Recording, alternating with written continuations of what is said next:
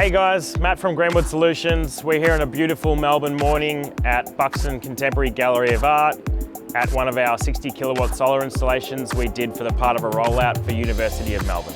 Hi, I'm Ian. I've been with Enhar for 3 years. In this University of Melbourne project, Enhar was engaged by the uni in an owner's or client engineer role. My name's Sebastian. I work for the University of Melbourne.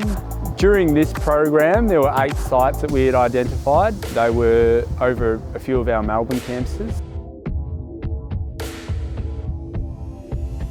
And then we also identified a Shepparton hub where we did an installation on a rural health facility.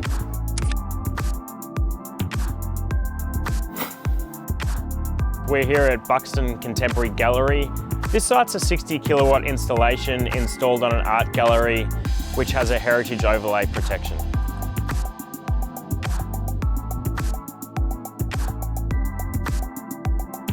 Over the last couple of years, we've created a smart campus upgrade model where solar plays a large part of reducing the overall university's energy consumption.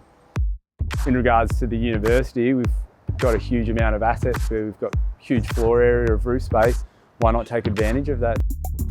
For Uni of Melbourne, Enhar has been involved in over 2.7 megawatts of the uni's solar portfolio.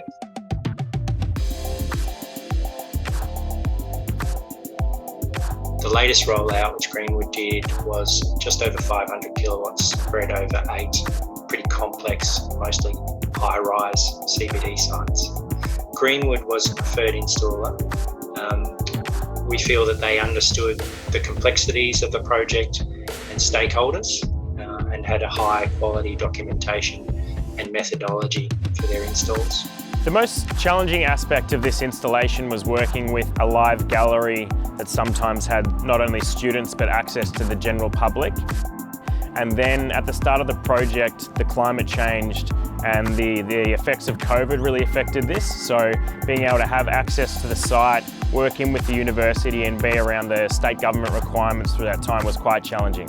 Monitoring plays a huge part in the overall smart campus model that we've presented to the university. We can identify and design and create savings, but after the installation we really need to monitor and make sure we're realising those savings. Throughout the entire rollout, we elected to use Fronius inverters. Partially the reason was of their high quality and partially that the university already had a lot of their solar systems installed with Fronius. With Enhar undertaking a lot of preliminary work, as I said before, so there was a lot of site identification and prioritisation that formed the early part of the work. Then after that we did detailed design, electrical design. The university has a strict procedural model in terms of heritage buildings, and we always tick the right boxes and approach Heritage and Council in the right manner. This often requires quite detailed design and intimate knowledge sharing of what we're trying to achieve. On this particular site, the requirement is that you cannot see any of the installation from the street. So we took some of those challenges into our designs, and then we created a stepped down inverter frame which couldn't be viewed from the street. In hindsight, seeing the benefits and how efficient it was to complete the whole program, I would have liked to see more buildings done, which is on the horizon. It's all well and good that we can achieve these energy savings, but we want to sort of communicate that to the broader community at the university and let them know that we're sort of actually making changes and really affecting the sort of overall sustainability of the university and how it operates.